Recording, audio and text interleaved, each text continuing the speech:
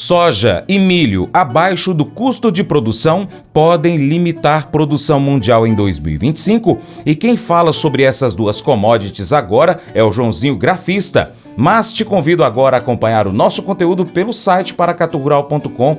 Acesse paracaturural.com e cadastre seu e-mail. Commodities Agrícolas, com Joãozinho Grafista.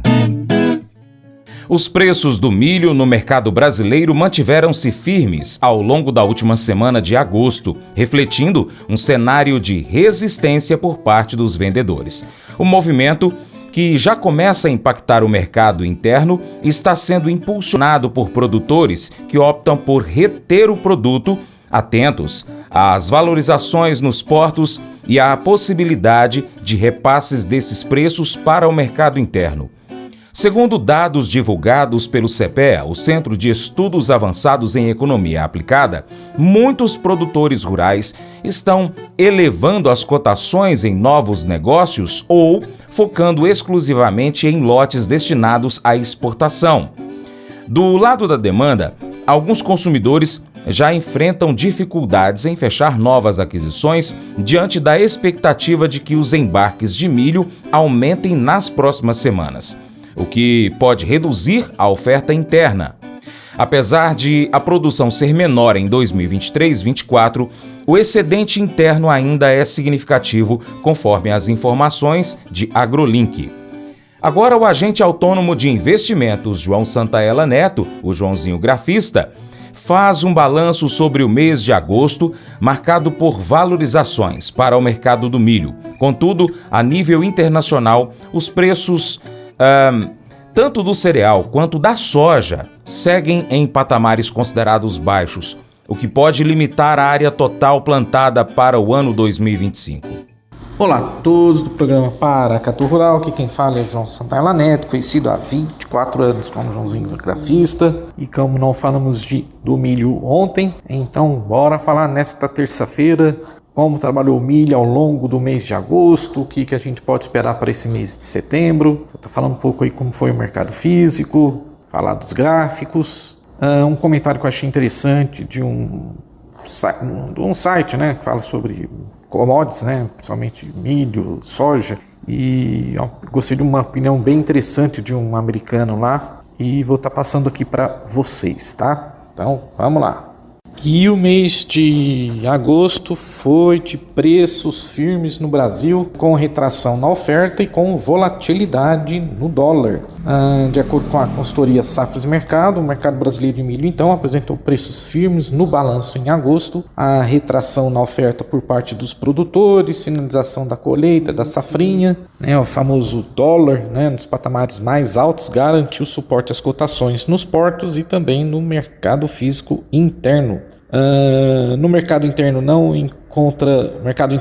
encontra espaço no cenário internacional para dar suporte às cotações nos portos e gerar um fluxo mais elevado de embarques. Os fluxos nos portos estão em níveis normais para esta etapa do ano, com grande parte das exportações realizadas pelo Arco Norte e Santos. Assim, o mercado interno fica sujeito às variações do câmbio. Com o final da colheita da safrinha em boa parte dos estados, aponta a consultoria Safras Mercado, o produtor procura uma retenção focando em uma recuperação nos preços. Deste modo, o mercado avança em negócios quando há uma volatilidade cambial, uma melhora nas cotações e melhor disposição dos produtores à venda. Porém, destaca a Safras Consultoria, segue o perfil de 2024 na necessidade de exportação de 40 milhões de toneladas para reduzir os excedentes internos.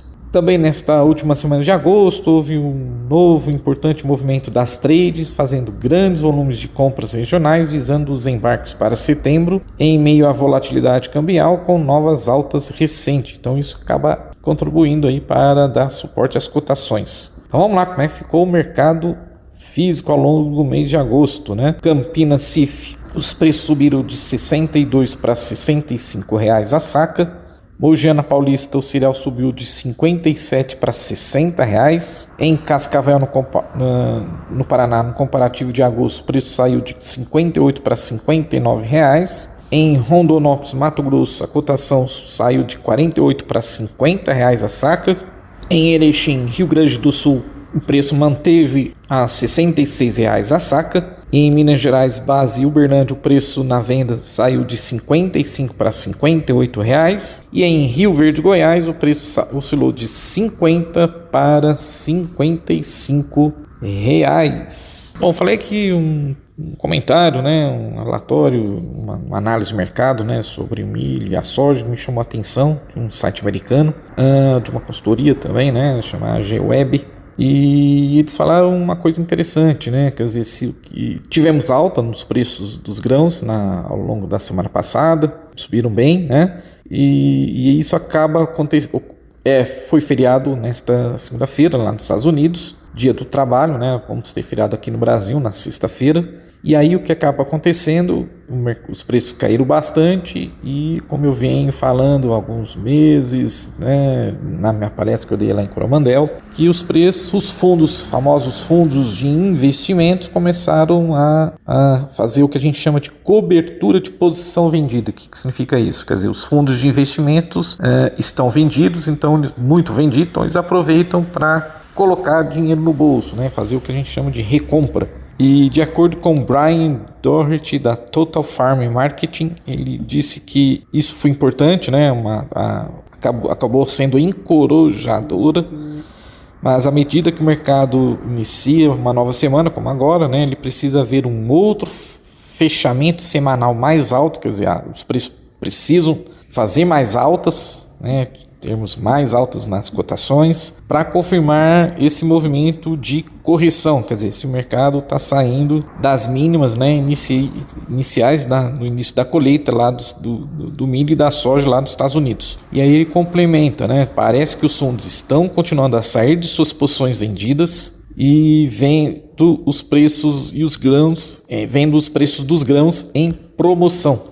É o que a gente chama de barganha também no mercado, né? O que está incentivando algumas compras. Além disso, o clima quente e seco na semana passada pode ter reduzido a produtividade, principalmente da soja.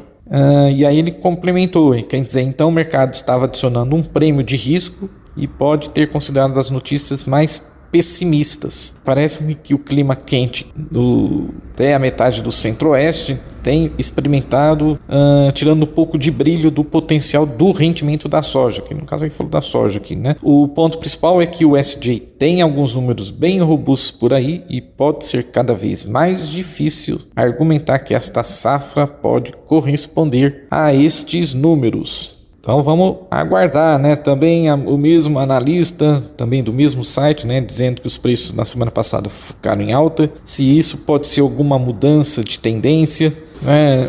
Então normalmente é o que ele comentou também, né? Então normalmente nos mercados de milho colocamos o que é conhecido como fundo de Pires. Esta semana foi um longo caminho para fazer os questionários o quão curto eles querem estar, né? E questionando quanto tempo eles ainda vão esperar para comprar, né? Quer dizer, saírem comprando tudo que vier pela frente, porque de acordo com esse analista, os preços estão num bom preço, né? Num bom valor. No entanto, ele disse que houve alguns aspectos positivos fundamentais no mercado que impulsionaram a alta da semana passada, incluindo o clima quente e seco, durante o estado crítico de enchimento dos grãos da soja e do milho. Complementou também que as exportações semanais de milho e soja da nossa safra foram muito fortes, assim como os números da produção semanal de etanol. Agora, o que ele falou eu achei interessante aqui no final, que ele ressalta que os preços dos grãos, tanto do milho como da soja, estão abaixo do custo de produção. Isso pode começar a limitar a área plantada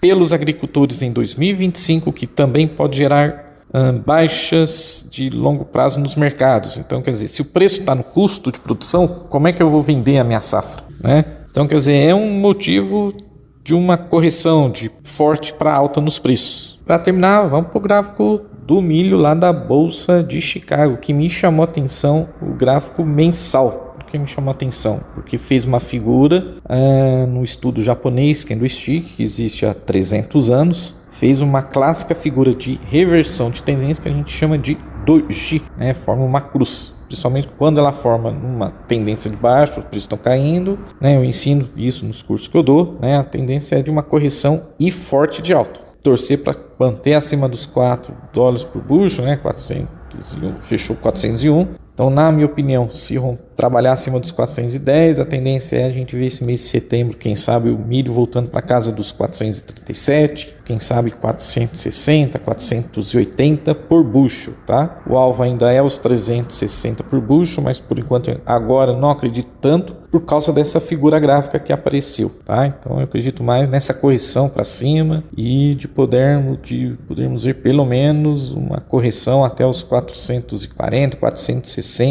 por bushel, tá bom? Mas aí no curto prazo. Vai bushel, vai milho, vai fundos de investimentos, vai commodities. Pois é, pessoal, quero agradecer demais a sua atenção e convidar você a acompanhar o Paracatu Rural em diversas plataformas online. Você pode acompanhar pelo YouTube, vai lá, inscreva-se no canal Paracatu Rural, marque o sininho para receber as notificações. Pode também acessar o site paracaturural.com e cadastrar o seu e-mail. Nós também estamos em plataformas de áudio, Spotify, Deezer, TuneIn, iTunes, SoundCloud, Google Podcast, na Alexa. Pesquisa na sua favorita por Paracatu Rural. Você ainda encontra a gente no Instagram, no Facebook, no Telegram, também no Twitter, X e ainda no canal do WhatsApp. Você já viu? Vai lá então, canal do WhatsApp, ali perto do status. Aí é só pesquisar Paracatu Rural. E se também quiser, pode acompanhar a gente ao vivo pelo rádio. É só pesquisar Rádio Boa Vista FM 96,5 MHz ou Rádio Diamante FM 100,3 MHz no aplicativo Rádiosnet. Vou ficar esperando você, hein? Entre em contato conosco aí pelo WhatsApp também. Vai lá no nosso site, em qualquer uma das nossas plataformas digitais. Pega o nosso contato e entra em contato com a gente. Vou ficar esperando você, hein? Valeu! Os filmes fazem um trabalho incrível, retratando a maneira com a qual um herói surge para salvar o dia. É emocionante ver como a história se desenrola à medida que todas as peças se encaixam, com o herói fazendo aquilo que somente ele mesmo pode fazer para salvar o dia. Quando você pensa sobre isso, percebe que a história da sua fé é bem parecida. Jesus Cristo morreu na cruz por toda a humanidade. E isto é algo que somente Ele poderia fazer. Com a sua morte, salvou a todos nós, perfazendo o ato máximo do herói.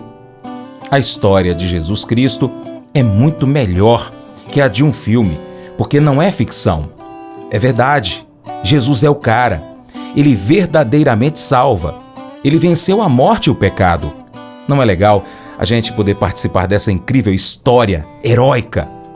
Nesta semana, busque oportunidade para salvar as pessoas ao seu redor, fazendo algo que só você pode fazer.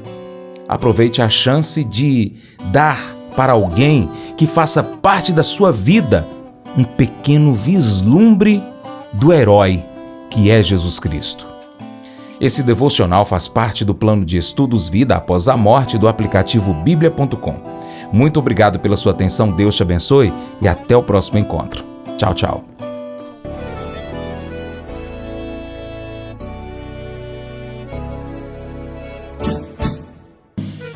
Acordo de manhã para prosear no mundo do campo, as notícias escutar. Vem com a gente em toda a região com o seu programa Paracatu Rural. Tem notícias, informação e o mais importante, sua participação. Programa Paracatu Rural. Programa Paracatu Rural.